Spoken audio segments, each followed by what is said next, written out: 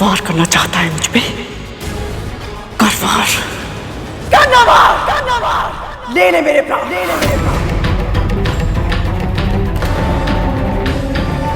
मेरी बची हुई संतानों का भी अंत कर दे, ले ले सबके प्राण, जीवन समाप्त कर देना सबका, किसी को भी और तुमरा तो बिल्कुल मत छोड़ना।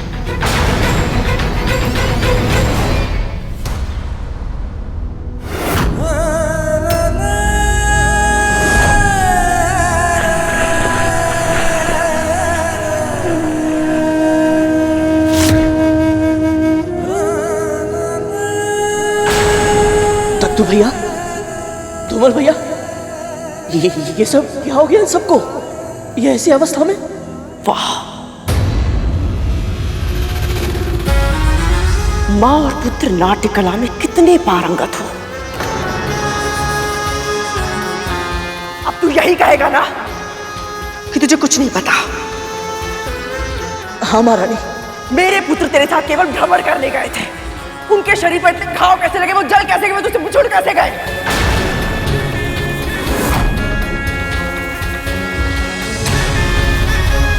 तुझे तो पता ही नहीं ना, है ना?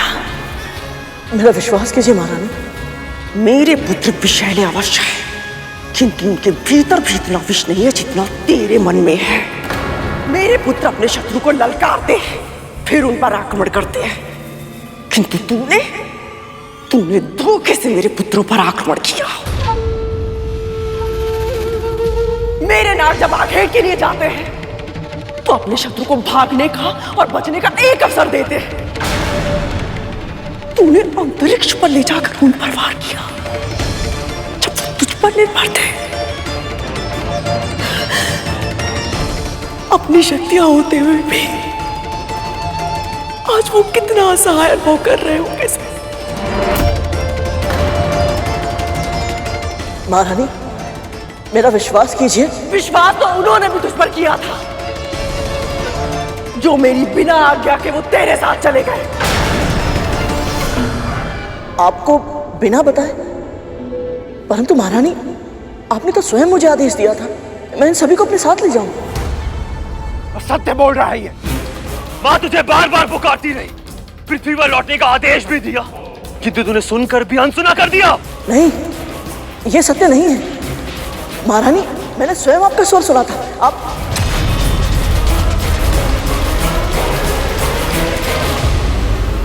जब दास आकाश में उड़ सकता हो तो भूमि पे भ्रमण करने की क्या आवश्यकता? हाँ तक भैया, ये तो बिल्कुल तक्षक भैया का स्वर है। ज्यादा चाटुकारिता मत कर। वाह धूमल भैया, ये तो बिल्कुल कालिया भैया जैसा स्वर है। तख्तू और धूमल भैया। गरुड़, तू गया नहीं अभी तक? महारानी, आपके पुत्र मेरे साथ जाना चाहते थे। वो जो चाहते हैं वैसा ही कर। ये सब तू क्या कह रहा है? कद्रू दीदी कभी नहीं चाहती थी कि नाग अंतरिक्ष में जाए, तो ये कैसे आदेश दे सकती हैं? माँ, तख्तू भैया और धूमल भैया अलग अलग स्वर निकालने में निपुण हैं। इन सभी को अंतरिक्ष में जाने की बहुत इच्छा थी, मुझसे हट भी कर रहे थे ये। मैंने इनसे कहा भी कि महारानी की आज्ञा के बिना मैं इन्हें साथ में नहीं ले जा सकता। तो हो सकता है जब मैंने इनसे आज्ञा मांगी तो धूमल भैया नहीं। इसे नियंत्रण में नहीं रख सकती तो बता दे, मैं इसे लोहे की साकलों में बांधकर अंधकूप में फेंकवा दूंगी। तू तो सिर्फ दासी है मेरी, पर तेरा पुत्र जीवन भर के लिए मेरा बंदी होगा। महारानी, इसे क्षमा कर दीजिए महारानी। वो नादान है, बालक है, अपना भला बुरा नहीं समझता। मैं इसे समझाऊंगी। वाह धूमल भैया, अद्भुत प्रतिभा है आपने। आपकी आवाज बदलने की कला अद्भुत है ना बुद्धंदी? हाँ सरकोटा, अत्यंत प्रभावी है।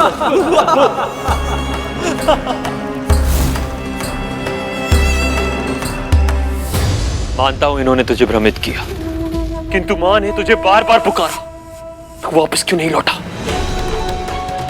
मैंने भी तो इतनी बार पुकारा तुझे, लौट कर धरती पर क्यों नहीं आया तू?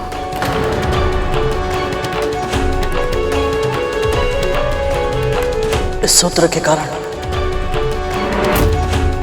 मन से, वचन से और कर्म से मेरी विमाता महारानी कद्री और उनके 1 सहस्त्र पुत्रों की दास्ता स्वीकार करता हूं।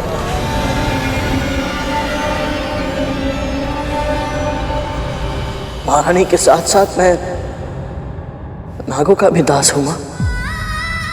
उनके आदेशों की अवहेलना नहीं कर पाया मैं, और चाह कर भी आपके पास लौट कर नहीं आ सका। देखो इसे, कैसे सारा दृष्टिकोण बदल रहा है। जानबूझकर ऐसी कथा सुना रहा है जिससे सारा दोष मुझ पर और मेरे पुत्रों पर आ जाए। जब मेरे पुत्र तड़प रहे थे, पृथ्वी पर नीचे गिर रहे थे, तब तो कहा था, हाँ? नाग तेरी पीठ पर बैठकर गए थे ना गरुड़, तो जब ये नीचे गिर रहे थे तुझे पता क्यों नहीं चला? हाँ, ये पहेली मेरे लिए भी कुछ ऐसी है मां, जिसका उत्तर मेरे पास नहीं है।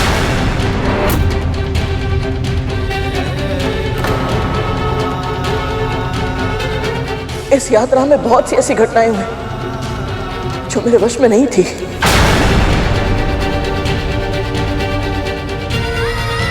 जब शनि ग्रह से हम बाहर निकल रहे थे, तब तक तो भैया और रूमल भैया और अन्य सभी ने शनिदेव के बारे में बहुत सारे दुर्वचन कहे। ना रंग है ना रूप है, कितना कुरूप है। मैं तो ये सोच रहा हूँ, ऐसे व्यक्ति को इतनी रूपवती पत्नी मिल कैसे गई?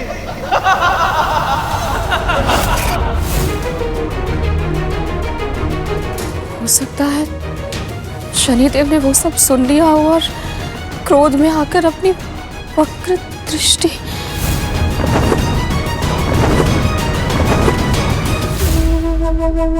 ये कैसे हो सकता है? उन्होंने स्वयं हमें दर्शन दिए थे और वो हमारी पूजा से प्रसन्न भी बहुत थे। प्रसन्न थे दीदी, पर उसके बाद आपके पुत्रों ने उनका अपमान किया और आपने उनके प्रसाद कहा। महारानी, आपका प्रसाद। प्रसाद रख और जा यहां से। जी।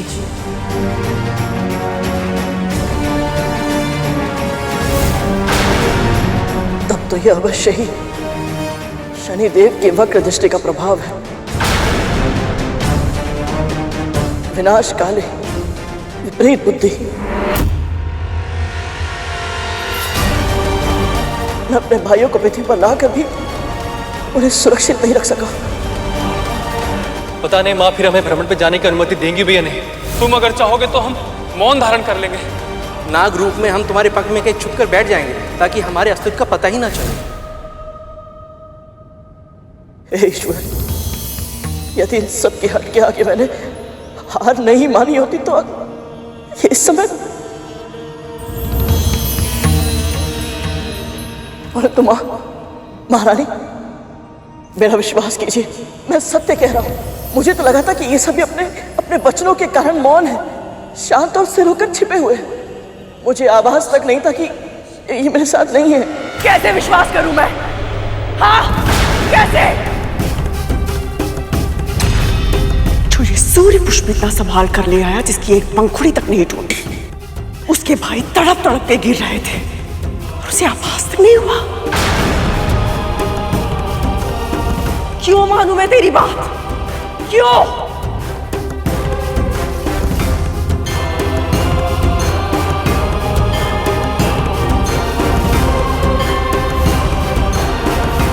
दीदी, आंखें हृदय का दर्पण होती है। इसकी आंखों में देखिए, यदि इसने जानबूझकर कुछ किया होता तो। कितने कुटिल हो तुम दोनों। मुझे स्वयं की दृष्टि में दोषी ठहराना चाहते हो ताकि मैं स्वयं को उत्तरदायी मानने पर विवश हो जाऊं, बिल्कुल वैसे ही जैसे इतने वर्षों तक अरुण के डिम को फोड़ने के बाद विंता अपने आप को दोषी मानती रही। तुम लोग चाहते हो कि मैं अपने पुत्रों की दृष्टि में अपराधी बन जाऊं, स्वयं को निरीह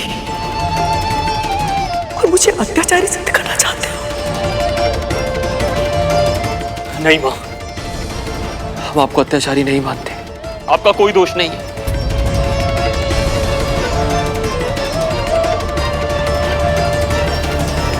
आपने हर पल, हर क्षण हमारा भला ही चाहा। आपसे घृणा हम नहीं कर सकते। हाँ मां।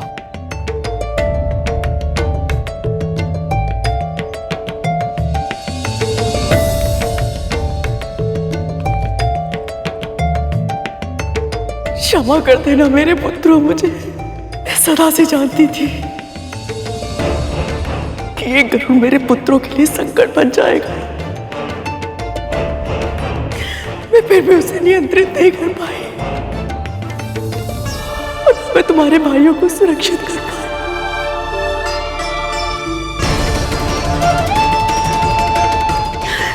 ये स्थिति कभी ना आए इसके लिए क्या कुछ नहीं किया था मैंने।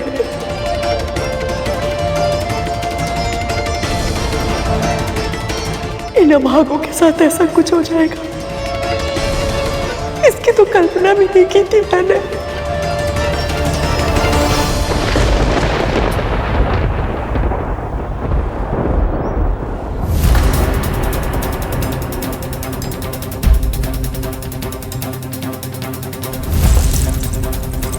परी से मैंने तुझे बचाया। तेरे प्राणों की रक्षा की स्मरण है ना तुझे? तूने मेरे पुत्रों को क्यों नहीं बचाया? क्यों नहीं की उनकी रक्षा? क्यों गरुड़? क्यों? महारानी, मुझे क्षमा कर दीजिए। मुझे जो दंड देना है दे दीजिए, मैं और तक नहीं करूंगा। परंतु इस समय हमें इन सबके प्राण बचाने के बारे में सोचना चाहिए। कोई तो उपचार अवश्य होगा। माँ, आप तो बहुत कुछ जानती हैं। इन मन में ऐसी कोई जड़ी बूटी नहीं है जिनके बारे में आपको ज्ञान ना हो।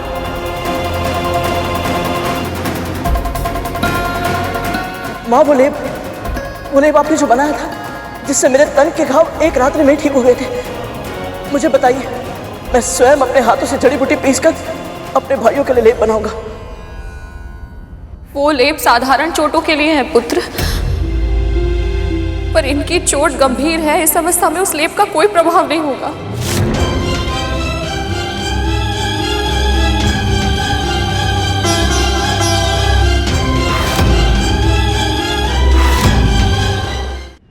ऐसा नहीं हो सकता माँ। ये भाई है मेरे, मैं इन्हें ऐसे तड़पते हुए नहीं देख सकता। कोई तो उपचार अवश्य होगा।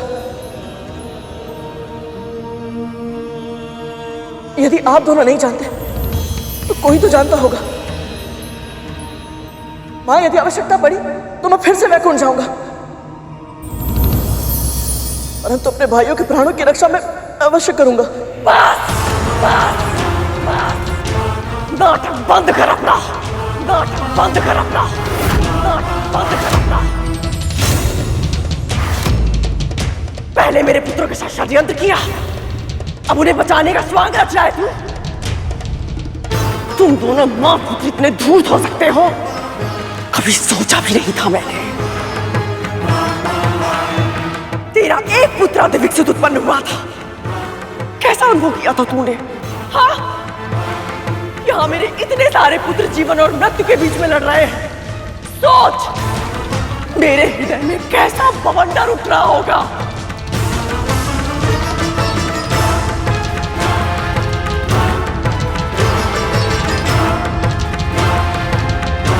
और कितनी दुखद बात है कि ऐसी घनघोर पीड़ा में भी मेरा साथ देने के लिए कोई नहीं है।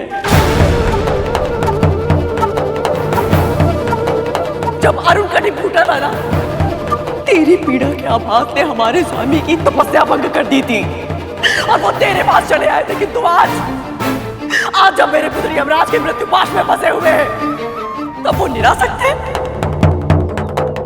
आपसे जो भूल हुई है उसके बाद आपके दूसरे पुत्र के प्रति आपका दायित्व और बढ़ जाता है। अब आपको शारीरिक रूप से ही नहीं, मानसिक और आत्मिक रूप से भी शक्तिशाली बनना होगा, ताकि हमारा पुत्र अरिष्टवर्ग अर्थात अपने 6 विकारों पर सदैव नियंत्रण रख सके। जब एक पिता ही अपने पुत्र के साथ पक्षपात कर सकते हैं, तो मैं क्या करूं?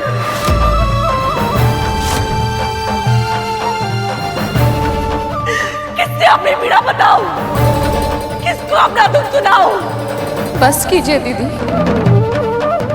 बस कीजिए। आप जानती हैं कि हमारे स्वामी ऐसे नहीं है। यदि ऐसे नहीं है तो कैसे है वो? कहाँ है वो जो मेरे पुत्रों के भी पिता है?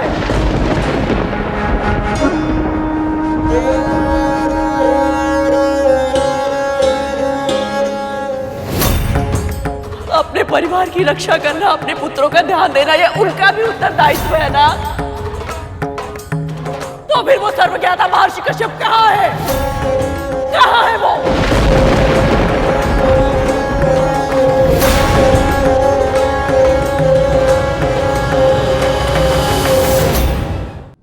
संभालिए दीदी।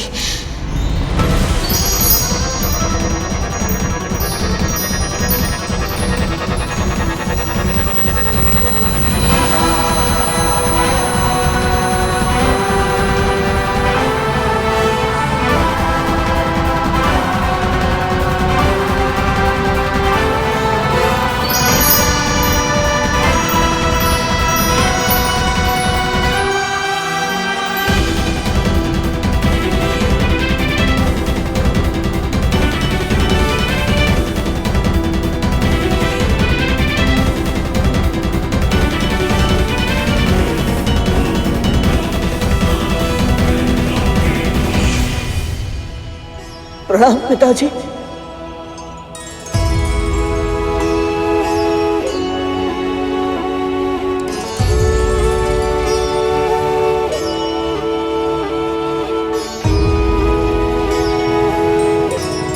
प्रणाम स्वामी। प्रणाम स्वामी।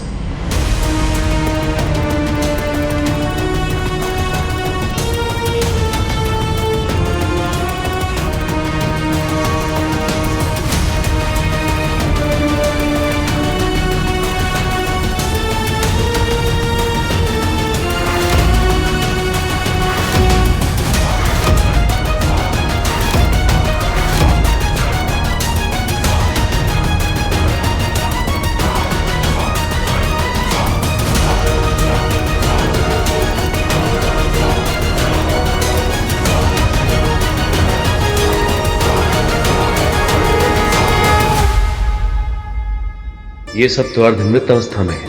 अब इन सब का ठीक होना असंभव प्रतीत होता है।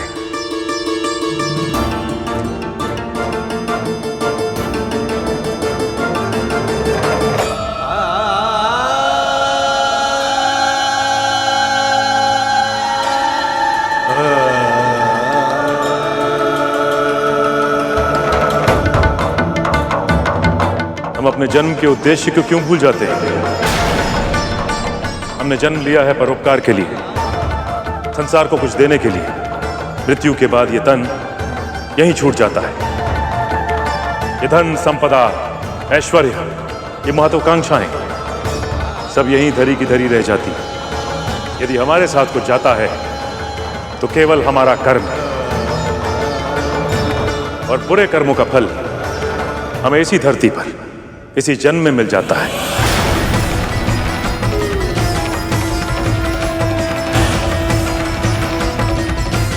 कद्रू, मैंने आपको पहले भी समझाया था, एक बार फिर समझा रहा हूं कि माता पिता के बुरे कर्मों का फल उसकी संतान भुगतती है।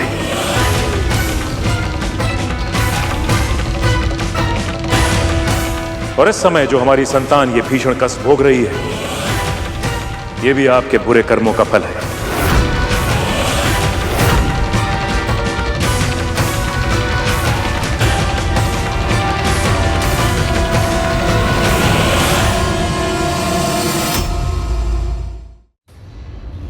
क्षमा कीजिएगा स्वामी, कर्म महत्वपूर्ण अवश्य है, किंतु वो कर्म किस भावना से किया जाएगा, वो भावना भी उतनी महत्वपूर्ण है। किसी के कर्मों का आकलन उसके मन की भावना से करना चाहिए स्वामी। एक और एक निर्धन व्यक्ति है जो अपनी भूख मिटाने के लिए चोरी करता है, और दूसरी ओर एक लोभी है जो अधिक स्वर्ण पाने की कामना में चोरी करता है। तो दोनों का कर्म और अपराध तो समान हुए ना।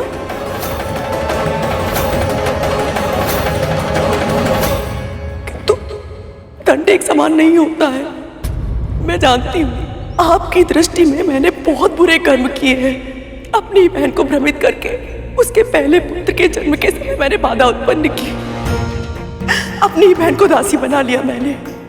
अपनी बहन कद्रू की दासता स्वीकार करती हूँ। उसके दूसरे पुत्र को दास बनने के लिए विवश किया मैंने। मेरी विमाता महारानी कद्रू और उनके 1 सहस्त्र पुत्रों की दासता स्वीकार करता हूँ। किंतु ये कर्म करते समय मेरी भावना अत्याचार करने की नहीं थी। मैं केवल अपने पुत्र को सुरक्षित करना चाहती थी।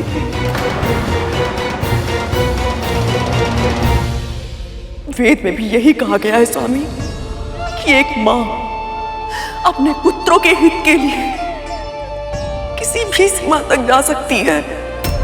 इस संसार के किसी भी नियम का उल्लंघन कर सकती है वो। जब अनजाने में महादेव ने गौरी पुत्र गणेश का मस्तक काट दिया था, तब मां गौरी ने उन्हें विवश किया था कि उनके मृत बालक को जीवित करे। प्रभु शिव ने हाथी का मस्तक काटकर गणेश के धड़ पर लगा दिया था। मां तो वो शक्ति है स्वामी जो महादेव शिव को भी अपना निर्णय बदलने के लिए विवश कर सकती है।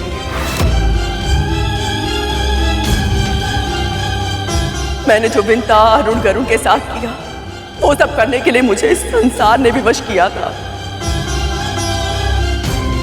ये संपूर्ण संसार मेरे पुत्रों के साथ भेदभाव कर रहा था तो क्या करती मैं? हाथों पर हाथ रखकर मौन रहते, अपनी आंखों से अपने पुत्रों पर अत्याचार होते हुए देखती रहती। नहीं स्वामी, मैं इतनी महान नहीं हूं, मैं इतनी महान। आज मैं इस संसार से एक प्रश्न पूछना चाहती हूँ स्वामी। यदि मेरे जप तप व्रत में कोई कमी नहीं थी तो महर्षि दुर्वासा ने वो पारिजात माला विंता के हाथों में क्यों दी? इसे जो धारण करेगा उसे ऐसी प्रतापी संतान प्राप्त होगी जिसके नाम और यश की कीर्ति समस्त ब्रह्मांड में फैलेगी।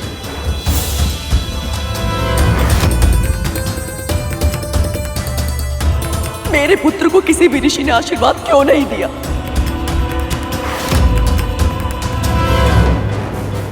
जबकि बालकिल्य ऋषियों ने विंता के पुत्र को आकाश के इंद्र से भी अधिक शक्तिशाली होने का वरदान दिया था। भगवान विष्णु के प्रताप से होने वाली आपकी संतान का वर्चस्व संपूर्ण आकाश में स्थापित होगा। ये कैसा न्याय है स्वामी?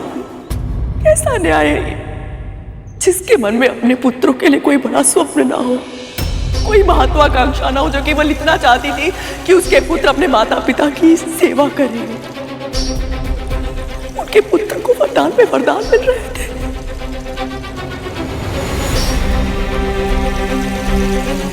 और जो मां अपने पुत्रों के लिए स्वप्न देख रही थी कि उसके पुत्र सर्वशक्तिशाली हो, इस त्रिलोक पर शासन करे, संसार पर राज करे, उनके पुत्रों को एक भी आशीर्वाद नहीं। ऐसा पक्षपात क्यों स्वामी, क्यों?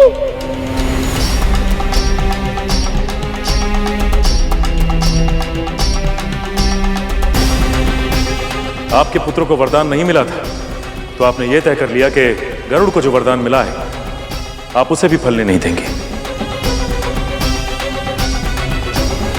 कद्रू, आप वेदों की बात करती है ना?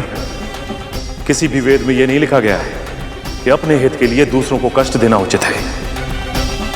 अपनी उन्नति के लिए दूसरों का पतन करना उचित नहीं है और अपनी रेखा बढ़ाने के लिए दूसरों की रेखा मिटाना अपराध है।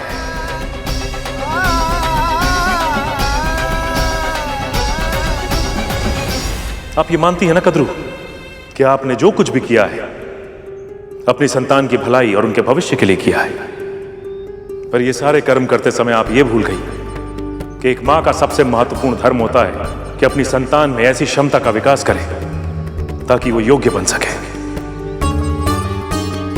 कद्रू, आपने अपनी संतानों को योग्य नहीं बनाया।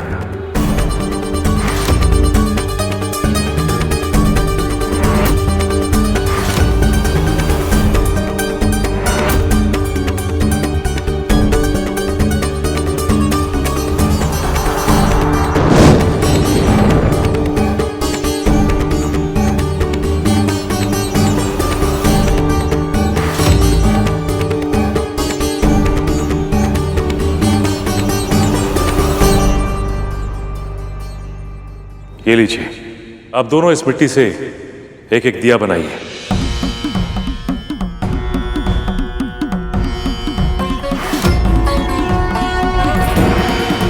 तक्षक, जल लेकर आओ।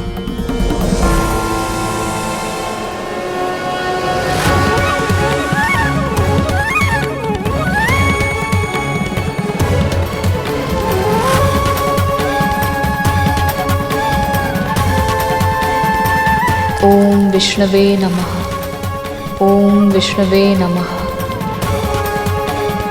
माताओं से दिए बनवाकर पिताजी क्या समझने का प्रयत्न कर रहे हैं?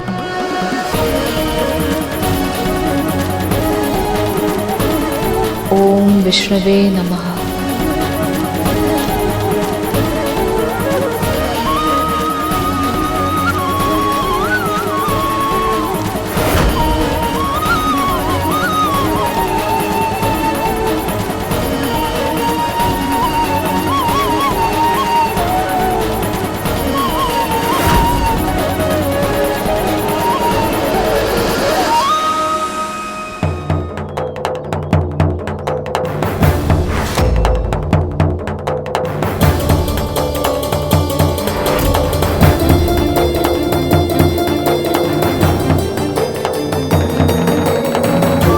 दिया बन गया स्वामी।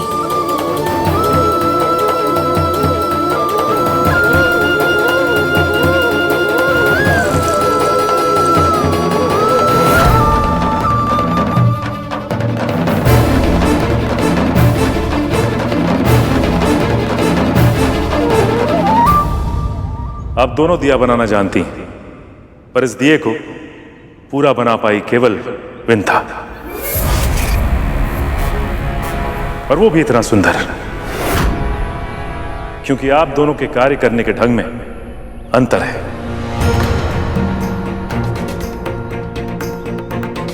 विंता मन ही मन प्रभु विष्णु का नाम लेते हुए केवल दिए पे ध्यान लगा रही थी, पर आप कद्रू, आपका ध्यान अपनी मिट्टी से अधिक इस बात पर था कि विंता क्या कर रही है।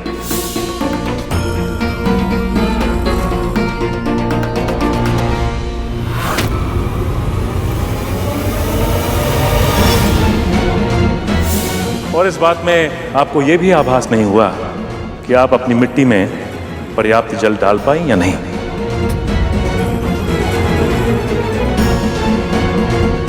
संतानों का पालन करना भी मिट्टी के दिए बनाने जैसा ही होता है। इसमें मिट्टी का ध्यान देना पड़ता है कि आपकी संतान की क्या कमियां हैं और क्या अच्छाइयां हैं, ताकि आप उनकी कमियों को ठीक कर पाएं और अच्छाई को उभार पाएं, जिससे आपकी संतान योग्य बने।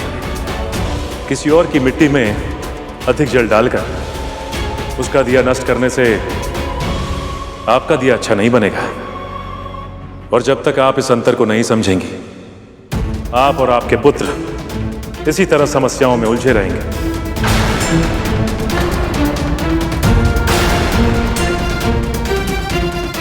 एक मां का धर्म होता है कि अपनी संतान को सुख सुविधाएं देने के स्थान पर उन्हें योग्य बनाए, सही मार्ग पर चलना सिखाए। यदि आपकी संतानें योग्य हैं तो सब कुछ स्वयं प्राप्त कर लेंगी, और यदि संतान अयोग्य है तो माता पिता का संचय किया हुआ धन और सम्मान दोनों गंवा देते हैं।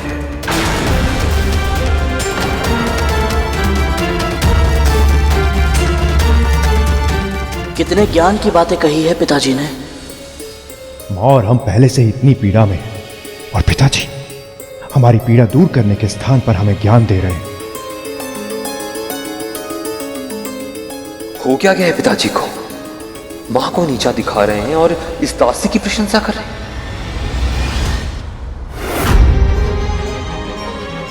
दासों और मेरी पुत्रों के सामने मेरा अपमान करने की आवश्यकता नहीं थी स्वामी को। और ये बिंदा, ये तो बहुत प्रसन्न होगी आज।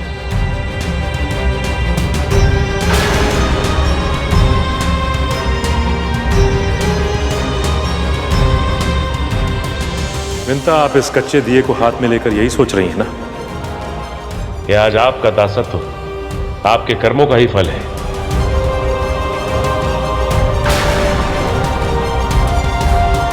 आप अपनी पहली संतान को देखने के लिए जितना व्याकुल थी, आज एक पल उसे दृष्टि भर देखने के लिए तरस गई। यही है प्रकृति का नियम।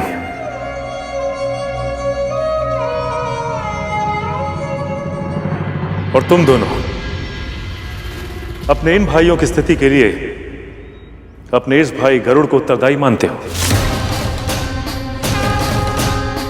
जबकि सत्य तो यह है कि दोष जितना इसका है उससे अधिक तुम्हारा है।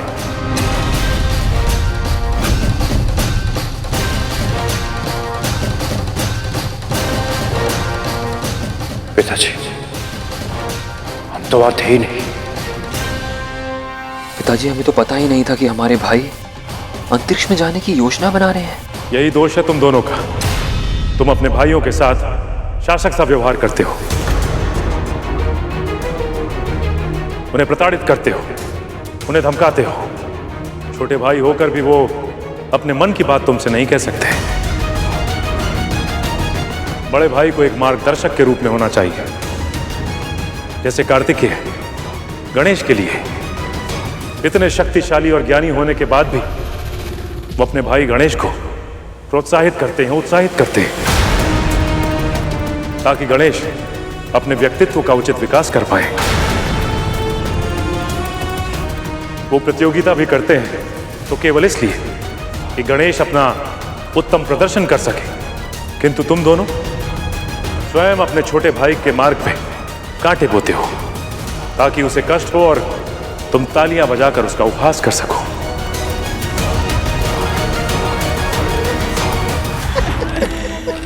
ये मेरा स्थान है।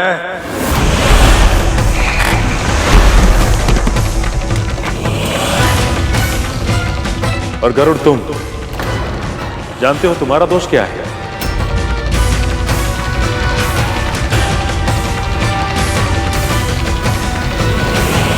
यही कि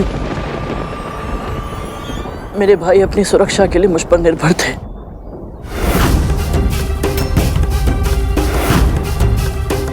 परंतु मैं उनकी सुरक्षा नहीं कर पाया। पर ऐसा हुआ क्यों?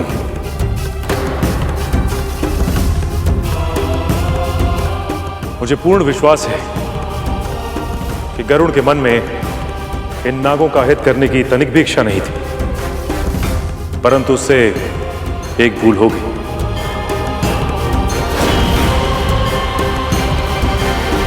और वो ऐसी भूल है जो हम में से किसी से भी हो सकती है। क्या आप में से कोई बता सकता है कि वो भूल क्या है?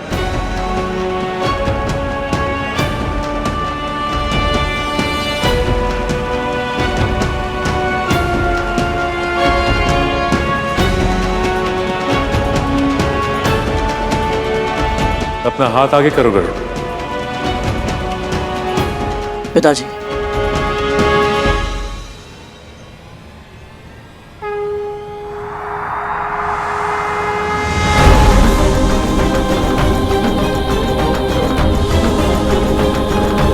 अपने हाथों में इन पात्र को रख के वहां से यहां चल के आओ गरुड़, पर ऐसे कि हाथों से अन्न का एक भी दाना भूमि पर ना गिरे। ये कैसी परीक्षा है और कैसे कर पाऊंगा मैं ये?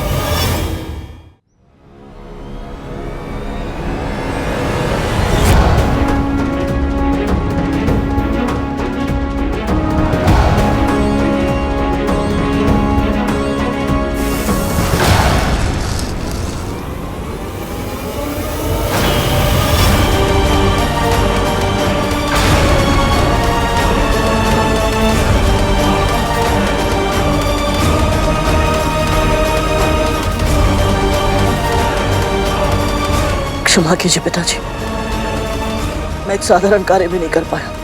अन्य से भरा एक पात्र तुम्हारे कार्य का प्रतीक है और दूसरा पात्र परिवार का प्रतीक है। दूर से देखा जाए तो इन दोनों पात्रों को साधना और कार्य और परिवार के संतुलन को लेकर चलना बहुत साधारण लगता है, पर ऐसा कर पाने के लिए बहुत अभ्यास की आवश्यकता होती है। गरुड़, तुम जिस पथ पर चल रहे थे वो जीवन का प्रतीक है, और जीवन में कब क्या होगा ये पहले से निर्धारित नहीं होता। कभी भी कुछ भी हो सकता है।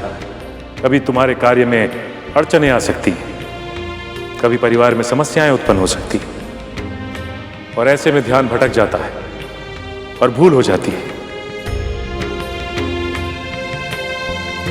जब मैं सूर्यलोक के पथ से भटककर शनि ग्रह पहुंचा तो मेरा ध्यान भी भटक गया था। मेरी दृष्टि तो मेरे भाइयों पर थी, परंतु मेरे मन में बस यही चल रहा था कि मुझे शीघ्र ही सूर्यलोक पहुंचकर अपना कार्य समाप्त करना है, ताकि मैं अपनी मां के पास वापस लौट आऊं।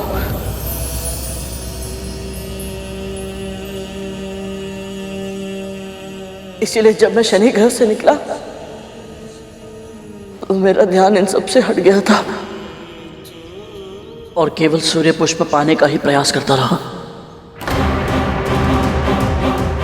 यदि मैंने अपने कार्य पर और अपने परिवार पर समान रूप से ध्यान दिया होता तो आज मेरे नाथ भाई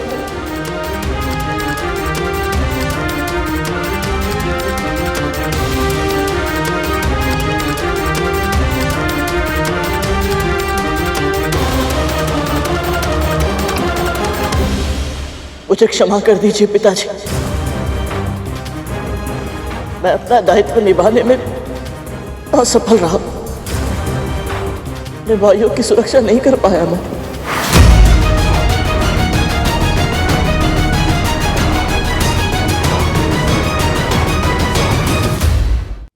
परंतु पिताजी, मुझे बस एक अवसर दे दीजिए, मैं कुछ भी करने के लिए तैयार हूं।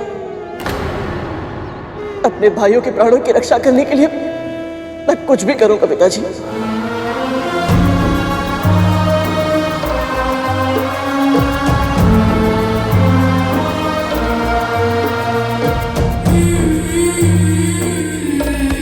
हमें अपनी भूल का आभास है स्वामी।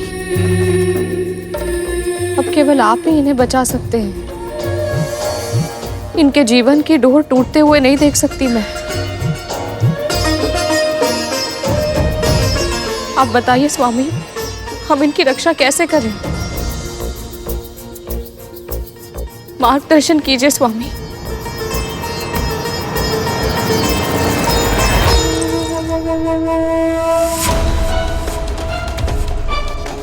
स्वामी, मेरे पुत्रों की प्राण रक्षा का उपाय तो होगा ना? कृपया बताएं। दया कीजिए पिताजी, हमारे भाइयों को बचा लीजिए।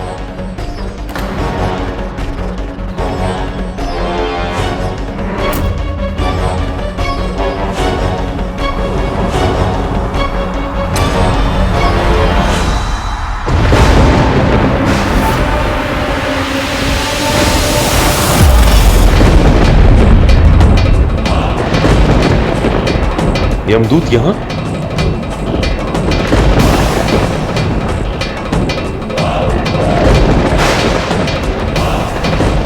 बहुत देर हो चुकी है।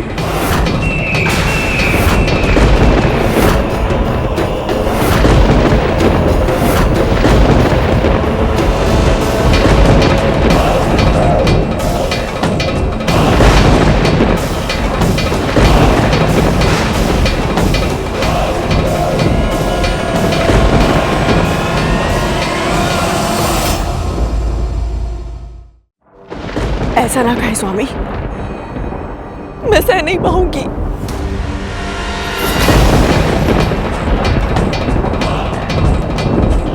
ये नाग आपके भी पुत्र है ना? आज जब इन्हें सबसे अधिक आपकी आवश्यकता है तो इन्हें ऐसे असहाय ना छोड़े।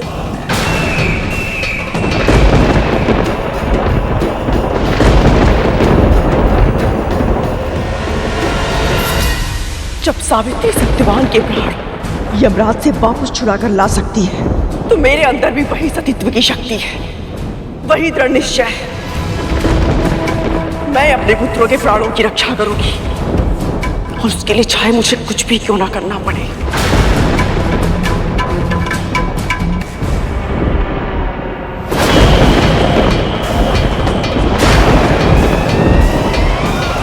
एक माँ की पुकार स्वयं ईश्वर भी अनसुनी नहीं कर सकते, और इनके लिए तो दो दो माएं प्रार्थना करेंगी। इन दोनों माताओं को कैसे बताऊं कि इन सर्पों को लेने के लिए स्वयं यमदूत आ गया है।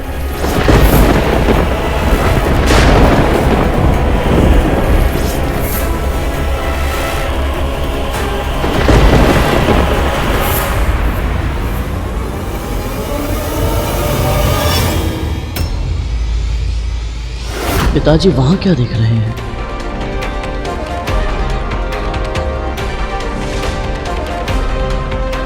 मुझे ऐसा क्यों लग रहा है जैसे कोई था यहाँ जो वापस लौट गया। यदि आप दोनों ने निश्चय कर ही लिया है तो एक उपाय है। जी पिताजी, बताइए क्या करना है। हम सब कुछ करेंगे अपने भाइयों के लिए। उसे जानने और समझने के लिए आप सबको जीवित पुत्रिका के व्रत कथा को पूरे मनोयोग से सुनना और जानना होगा। इस समस्त संसार में जो भी मां इस व्रत को विधि विधान से करेगी उसे अपनी संतान की रक्षा करने की शक्ति प्राप्त होगी और उसकी संतान दीर्घायु होगी।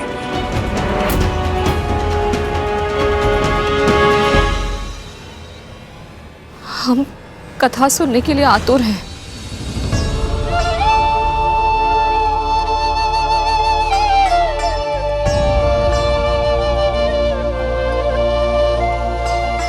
पिछले कल्प की बात है। नगर के बाहर पेड़ पर एक चील और वहीं एक सियार रहा करते थे। एक दिन चील और सियार अपनी जिह्वा और पेट की तृप्ति करके लौट रहे थे। तब उन्होंने नगर की महिलाओं को जीवित पुत्री का व्रत करते हुए देखा और इनके मन में भी इस व्रत को करने की इच्छा जागी और अगले वर्ष उन्होंने इस व्रत को पूरे मन से रखा। चील तो अपना संयम बनाए रखने में सफल हुई, लेकिन सियार ने जैसे ही मुर्गे को देखा तो उसकी भूख जीत गई। परंतु पिताजी, व्रत रखने की इच्छा तो अनेक व्यक्तियों में होती है, फिर सभी उसे पूरा क्यों नहीं कर पाते? जब कोई व्यक्ति व्रत का संकल्प लेता है तो उसके भीतर की अच्छाई उसे संकल्प को पूरा करने के लिए प्रेरित करती है और उसके भीतर की बुराई उसे संकल्प तोड़ने के लिए ललचाती है। बुराई के ऊपर भलाई की जीत का प्रयास करना ही तो व्रत है और किसी भी अन्य संघर्ष की तरह यह भी आसान नहीं है। यह व्रत इतना शक्तिशाली है कि केवल इसका प्रयास करने से ही सियार को भी अगले जन्म में चील की तरह मनुष्य बनने का सौभाग्य प्राप्त हुआ।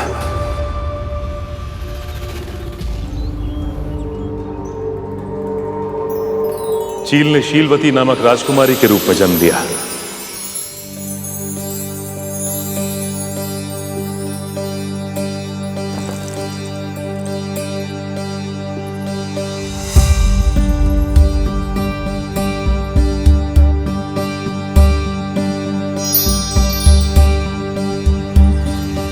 और सियार का जन्म हुआ एक निर्धन कन्या कपूरवती के रूप में।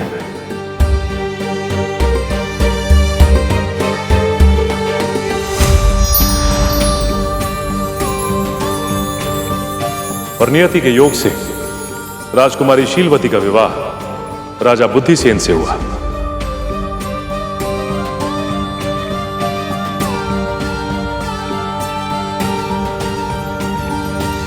राजा बुद्धिसेन रानी शीलवती की, राजा बुद्धिसेन रानी शीलवती की।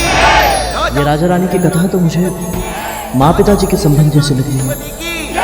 राजा बुद्धिसेन रानी शीलवती की, राजा बुद्धिसेन रानी शीलवती की, राजा बुद्धिसेन रानी शीलवती की, राजा बुद्धिसेन रानी शीलवती की, राजा बुद्धिसेन रानी शीलवती की।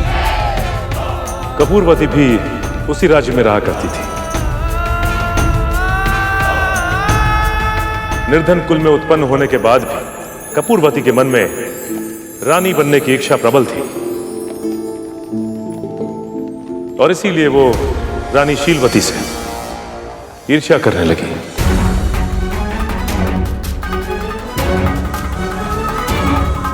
और कपूरवती किसी भी मूल्य पे राजा की दृष्टि में आना चाहती थी, इसीलिए उसने एक योजना बनाई और सेविका का कार्य करने का अनुरोध करने के लिए महल पहुंच गई।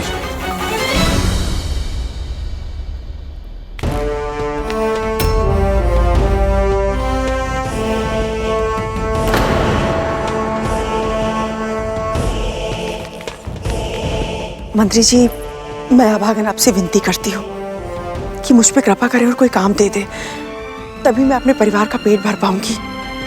कुछ दया कीजिए। ठीक है, आज से तुम महल में झाड़ पोछ का दायित्व संभालोगी। इससे अधिक और कुछ नहीं कर सकता मैं।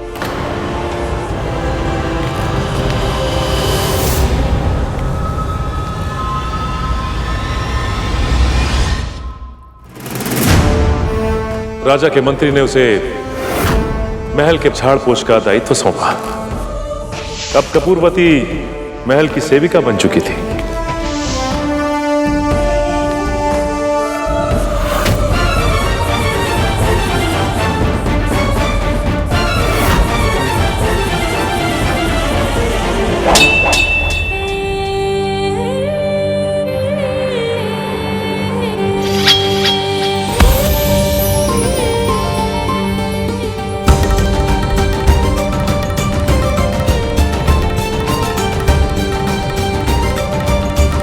और वो हर समय राजा और रानी के निकट जाने का प्रयास करती।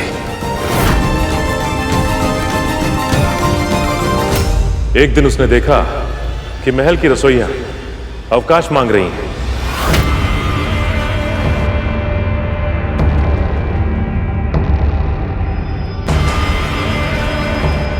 और उसने एक क्षण भी नहीं गवाया और शीघ्र ही मंत्री के सामने पहुंच गई। अब मंत्री जी,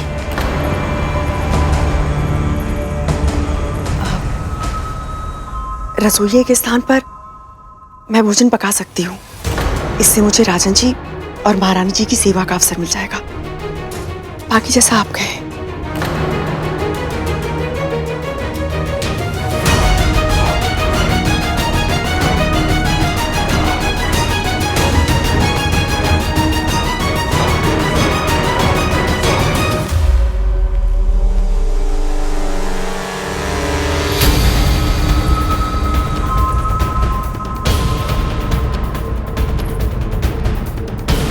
पर कपूरवती को स्वादिष्ट भोजन पकाना नहीं आता था। उसे लगा कि ऐसे तो उसे कार्य से निकाल दिया जाएगा और वो राजा और रानी की निकटता प्राप्त करने की अपनी योजना में असफल हो जाएगी। और तब उसने एक उपाय सोचा।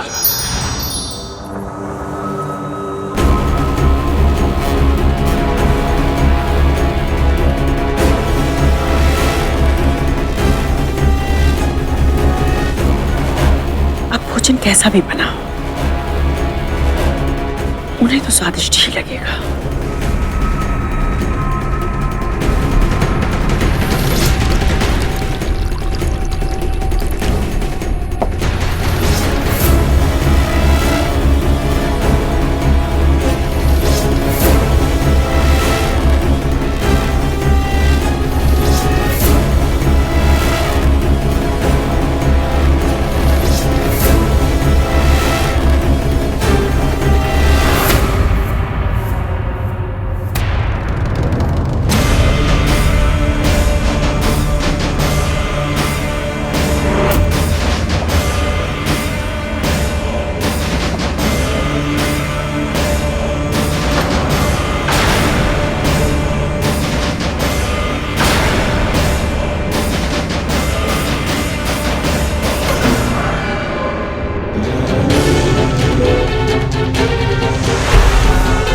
राजन, रानी, क्या मिलाया था तुमने भोजन में? बोलो। सैनिकों, बंदी बना लो इसे। इसने राजद्रोह किया है। मंत्री जी, मैंने कुछ नहीं किया।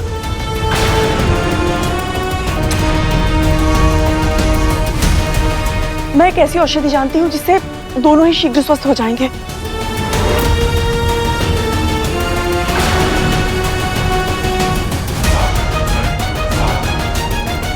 जो करना है शीघ्र करो। मैं लेके आती हूँ।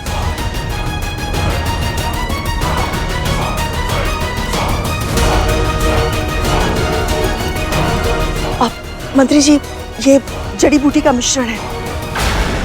मैंने इसमें शहद मिला दिया है। बस 2-2 बूंद जीवा पर लगाना होगा। शीघ्र करो। जी।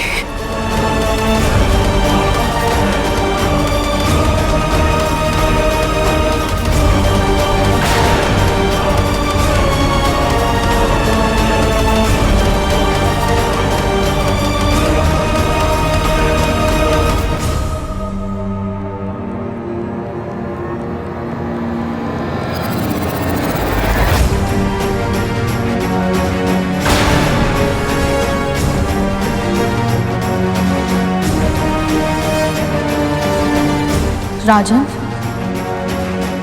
आप ठीक तो हैं? हाँ, मैं तो ठीक हूं। आप तो ठीक है ना?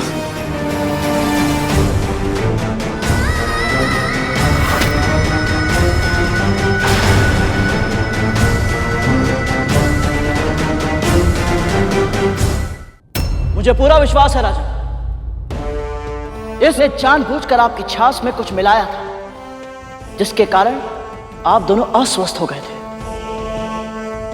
फिर काल कोठरी का दंड सुनते ही यह भयभीत हो गई और विपरीत प्रभाव की जड़ी बूटी देकर आप दोनों को स्वस्थ भी कर दिया। मंत्री जी, हम आपकी बात से सहमत हैं। इस स्त्री के दिए हुए छाछ को पीकर हम दोनों को चक्कर आने लगे और पेट में भीषण पीड़ा होने लगी। किंतु यह भी सत्य है कि स्त्री ने हमारे प्राण बचाए हैं, इसलिए हम इसे दंड तो नहीं देंगे। किंतु ऐसी स्त्री राजमहल की सेवा के योग्य नहीं है। इसे इसी क्षण बाहर निकाल दिया जाए।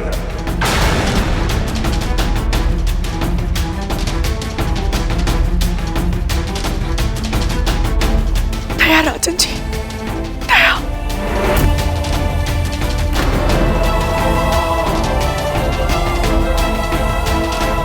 मैं भला जानबूझकर अपने राजन जी और महारानी जी का हित क्यों करूंगी? मेरे मन में कोई कालिक नहीं है।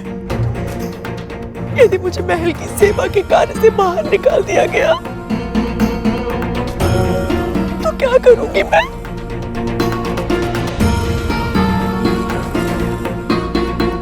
मेरा जीवन यापन कैसे होगा? मैं अपना पेट कैसे भरूंगी? मेरा ध्यान कौन रखेगा?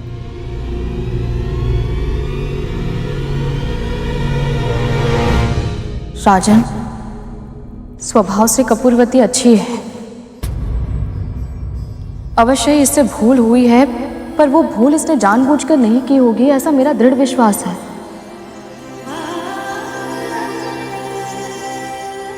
मैं विनती करती हूँ आपसे, क्षमा कर दीजिए इसे।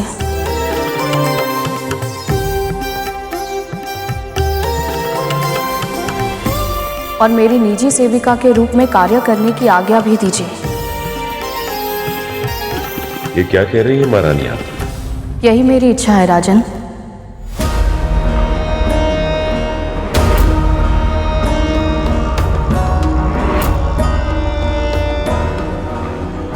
कपूरवती दोष मुक्त सिद्ध नहीं हुई है।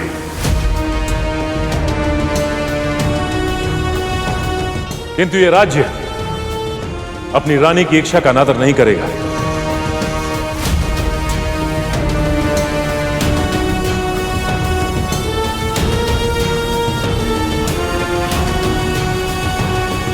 राजन जी की जय हो, महारानी जी की जय हो। राजन जी की जय हो, महारानी जी की जय हो।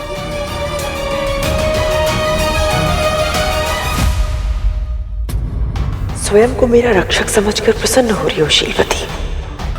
तुम तो वो सीढ़ी हो जिस पर चढ़कर मैं रानीवास के अंतः कक्ष तक पहुंचूंगी। बहुत शीघ्र छोटी रानी बनूंगी मैं।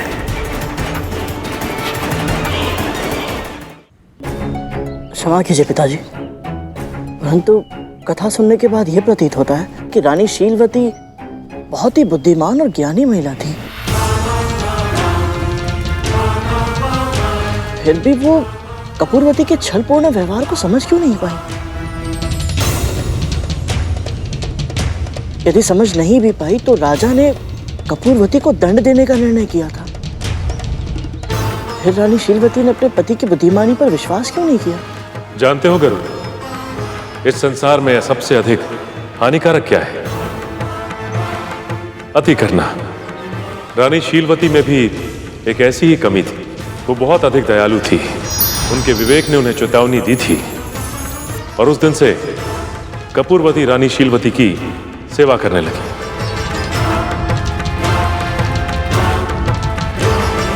और धीरे धीरे इनकी इतनी प्रिय बन गई कि रानी का कोई भी कार्य उसके बिना पूरा नहीं होता था।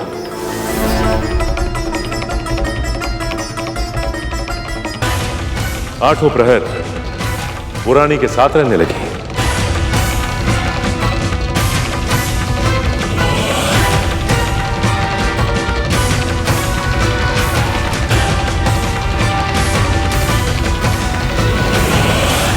आप ही हैं जीवन का उपहार, जीवन का उपहार, आप ही हैं मेरा श्रृंगार, मेरा श्रृंगार।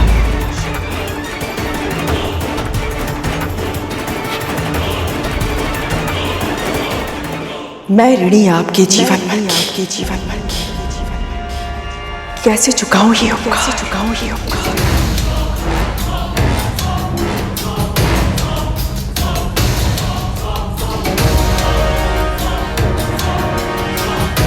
कपूरवती,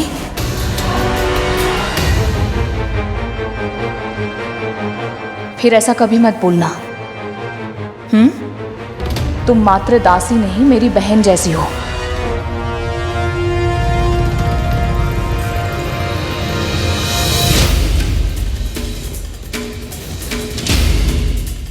दासी से बहन तक का लक्ष्य तो प्राप्त हो गया, किंतु अब बहन से रानी बनना शेष है, जो मेरा एकमात्र उद्देश्य है। कपूरवती, कपूरवती,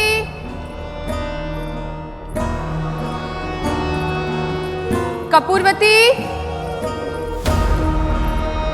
कपूरवती, कपूरवती,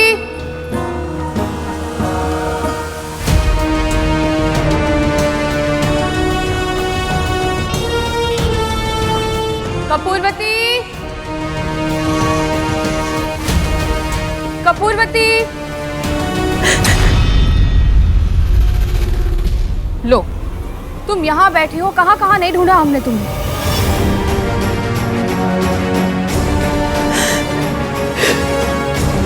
कपूरवती समझ चुकी थी कि रानी उससे पूरी तरह प्रभावित है, उसके जाल में फंस चुकी है।